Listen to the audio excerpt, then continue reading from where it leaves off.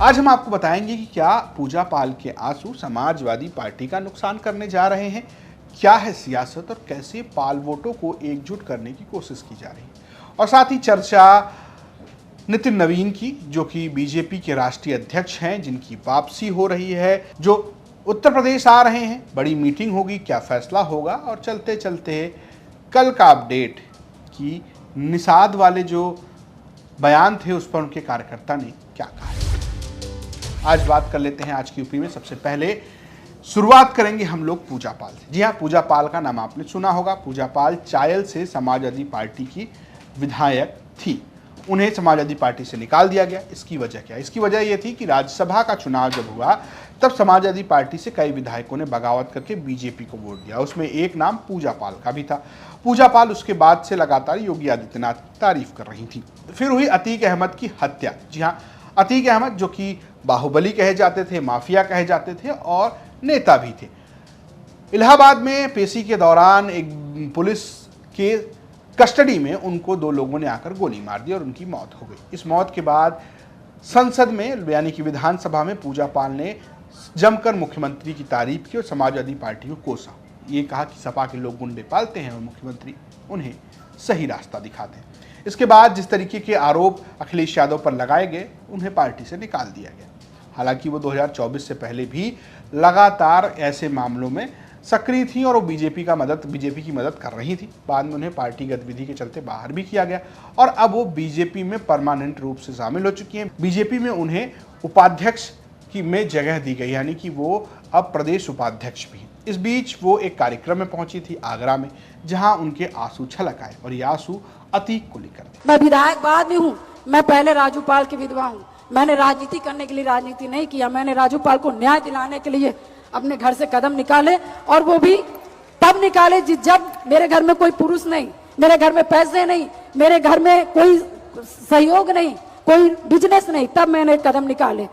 क्या सोच के निकाला मैं खुद नहीं जानती, मगर जब मुझे इतने सालों के बाद जब मुझे न्याय मिला भाइयों, तो फिर मैंने देखा कि वही अखिलेश यादव जो कई मंचों पे चिल्लाए थे कि हम माफिया से दूर हैं, हम माफियाओं को नहीं पसंद करते, तब हम इनके विचार को बदलते हुए देखा और देखा कि जब तक जिंदा थे तब कहते थे कि हम माफिया के साथ नहीं हैं, और जब मर गए तो सब समाजवादी पूरे लोग छाती पीट पीट के अतीक अहमद के लिए रोने का काम किए। तो भाइयों, ये दोगली राजनीति नहीं चलेगी हमारे पाल और हमारे साथ। दरअसल ये आगरा ही क्यों? आगरा वो इलाका है जहां पर पाल बघेल वोट है। पाल बघेल वो वोट है जिसको लेकर सभी पार्टियां लगातार सक्रिय हैं। अगर आप 2024 का चुनाव देखेंगे तो उसमें पाल वोट कहीं ना कहीं समाजवादी पार्टी की तरफ शिफ्ट हुआ। उसकी बड़ी वजह उनके प्रदेश अध्यक्ष श्यामलाल पाल थे। वहीं अगर आप बात करेंगे पूजा पाल की, तो पूजा पाल लगातार ये आरोप लगा रही हैं कि उनके पति की हत्या में समाजवादी पार्टी का संरक्षण था। हालांकि उनकी पति की हत्या उस वक्त हुई थी जब मायावती की पार्टी से वो विधायक बने थे और अतीक अहमद और उनके भाइयों पर आरोप लगा था उन्हें दौड़ाकर गोली मारने। इसके बाद उमेश पाल की हत्या हुई और बाद में बसपा छोड़कर पूजा पाल समाजवादी पार्टी के साथ आ गई। सपा को छोड़कर अब वो बीजेपी के साथ है और चायल की जगह बल्कि प्रयागराज किसी अन्य सीट से टिकट चाहती है। पूजा पाल लगातार अपने पाल आइडेंटिटी को आगे करके ये बात कह रही हैं कि समाजवादी पार्टी में पालों के साथ अन्याय हुआ। एक महिला, दूसरी तरफ से आंसू।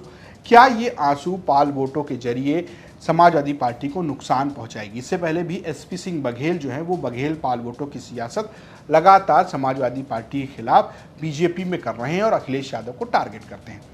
पाल वोटों को लेकर बसपा भी संजीदा है। उनके भी प्रदेश अध्यक्ष जो हैं विश्वनाथ पाल हैं।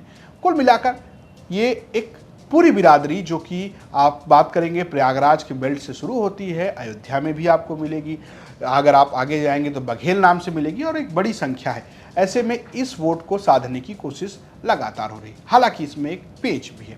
पेच ये है कि ये समुदाय अहिल्याबाई को अपना आदर देता है, सम्मान देता है। जिस तरीके से अहिल्याबाई की मूर्ति जो है वो तोड़ने की बात आई बनारस में और आरोप लगे, उसके बाद से एक नाराजगी देखने को मिली और इस नाराजगी को भुनाते हुए अखिलेश यादव ने लोकसभा में बाकायदा अहिल्याबाई की तस्वीर को दिखाया और समाजवादी पार्टी की तरफ से सरकार को घेरा।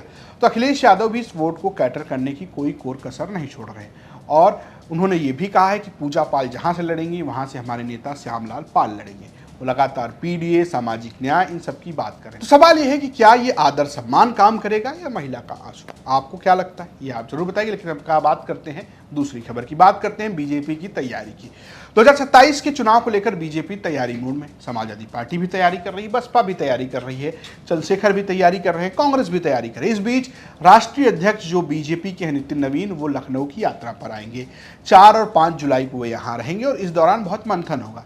कैसा मंथन होगा कि पार्टी के साथ क्या चल रहा है, संगठन के बीच में क्या चल रहा है, कैसी अच्छी स्थिति है, किसको टिकट दिया जाएगा, क्या है, ये सारी बातचीत एक तरीके से शुरुआती फॉर्मल बात होगी। तो जो बड़ी मीटिंग होने वाली है वो है सांसदों और विधायकों की। ताज होटल में प्रस्तावित है मीटिंग, जहां पर बीजेपी के सांसद विधायक जो उत्तर प्रदेश के हैं उनकी मुलाकात राष्ट्रीय अध्यक्ष से होगी। उनसे फीडबैक लिया जाएगा, उनसे पूछा जाएगा कि भैया काम कैसा चल रहा है, क्या क्या दिक्कत है, क्या चुनाव में माहौल है। तो बीजेपी पहले राउंड में भापेगी कि आखिर चल क्या रहा है। इसके बाद होगी पार्टी और सरकार की मीटिंग, यानी कि मुख्यमंत्री के साथ और जो संगठन के लोग हैं यानी कि प्रदेश अध्यक्ष, उनके साथ एक बार बैठकर राष्ट्रीय अध्यक्ष बात करेंगे। दरअसल हाल ही में नया संगठन उत्तर प्रदेश में बनाया गया है। इस संगठन में अगर आप बात करेंगे तो पंकज चौधरी को नया प्रदेश अध्यक्ष बनाया और उसके बाद एक बड़ी लिस्ट जारी की गई जिसमें रोहित मिश्रा का नाम है, जिसमें नीरज सिंह का नाम है, पूजा पाल का नाम है। तमाम नए तरीके से संगठन को तैयार किया गया है। संगठन महामंत्री भी इस मीटिंग में शामिल हो सकते हैं। कुल मिलाकर पार्टी और संगठन के बीच कैसे समन्वय बने और कैसे दोनों कदम दाल करें, इसकी बातचीत होगी। और पहले भी केशव प्रसाद मौर्य हों, तमाम नेता हों, ये कहते रहे कि 2024 के बाद से कि संगठन और सरकार में तालमेल उस तरीके से नहीं रहा, इसी की वजह से 24 में हार का सामना करना पड़ा था। वहीं अगर आप बात करेंगे आखिरी मीटिंग की, तो आखिरी मीटिंग जो है वो होगी मुख्यमंत्री, उप मुख्यमंत्री, प्रदेश अध्यक्ष और राष्ट्रीय अध्यक्ष की। जी हाँ, मुख्यमंत्री आवास पर ये मीटिंग करेंगे राष्ट्रीय अध्यक्ष, इसमें सबकी बातें सुनी जाएंगी। और चलते चलते हुए एक बार और रात्रि में मुख्यमंत्री से मुलाकात करेंगे, यानी कि आखिरी संदेश जो है वो मुख्यमंत्री को देंगे, मुख्यमंत्री से लेंगे, फीडबैक लेंगे और उसके बाद बात दिल्ली के शीर्ष नेतृत्व में होगी, यानी कि बीजेपी के चाणक्य की जो कैटेगरी है वो क्या सोचती है, इस पर खूब चर्चा दिल्ली में की जाएगी। कुल मिलाकर मथा जाएगा चुनाव से ठीक पहले। ये तो रही बात बीजेपी की। चलते चलते वो एक वीडियो आपके लिए। दरअसल आपने बीते दिनों आज की यूपी में संजय निषाद के एक कार्यकर्ता को देखा होगा जिसे उन्होंने डांट लगाई थी। वो कार्यकर्ता क्या कह रहा है वो आप सुन लीजिए। इस समय उदासीन है और कह रहे हैं कि अगर इस तरीके की भाषा का प्रयोग किया जा रहा है तो हम कैसे आगे आएंगे। तुम आगे कर रहे हो, तुम अगर करते नहीं हो तो तुम्हारा बाप भी करेगा। नहीं, ऐसा कुछ नहीं है। हम काम कर रहे हैं और आगे भी करेंगे, ऐसा नहीं है। लेकिन ये जो शब्द अपमानजनक शब्द बोला, हमारे वो गुरु हैं, लेकिन अनुशासनहीनता नजर आई हम लोगों ने इस पार्टी को 1 नंबर पर रखा। हमने अपने परिवार को तक त्याग दिया था। हमारे साथ कितनी घटना घटी थी, लेकिन मानवर साहब से हमने कभी नहीं कहा हमारा काम कैसे चला। मेहनत मजदूरी करके हम लोग काम पार्टी का करते रहे, लेकिन आज तक हमने मानवर साहब से कोई ऐसी शिकवा शिकायत नहीं की कि हम भूखे सोए हैं, क्या है क्या नहीं है। लेकिन ये अपमानजनक जो शब्द आया, इसमें थोड़ी आहत हो गई। तो ये उसका दर्द है, ये हमने आपको दिखा दिया। आज की यूपी में इतना ही। ये खबर आपको कैसी लगी हमें कमेंट बॉक्स जरूर बताएं। देखते रहिए यूपी तक। नमस्कार।